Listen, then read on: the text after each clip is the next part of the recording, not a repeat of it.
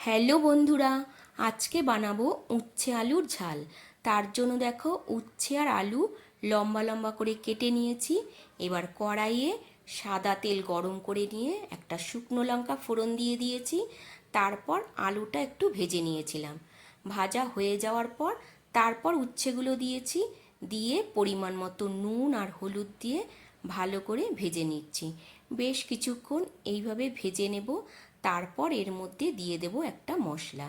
এখানে আমি মশলাটা রেডি করে নিচ্ছি।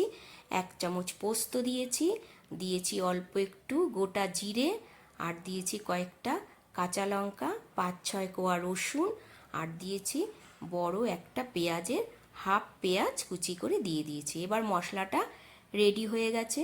উচ্ছে আলুটাও লাল করে ভেজে নিয়েছি।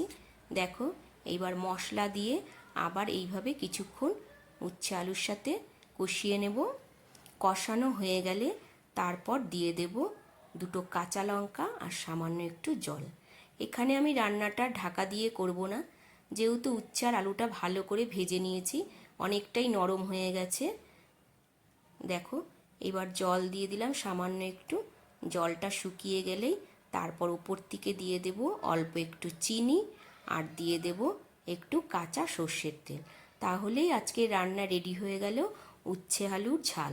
আজকের রান্নাটা তোমাদের কেমন লাগলো বন্ধুরা, অবশ্যই জানিও। আর ভালো লাগলে একটা লাইক কমেন্ট করে দিও।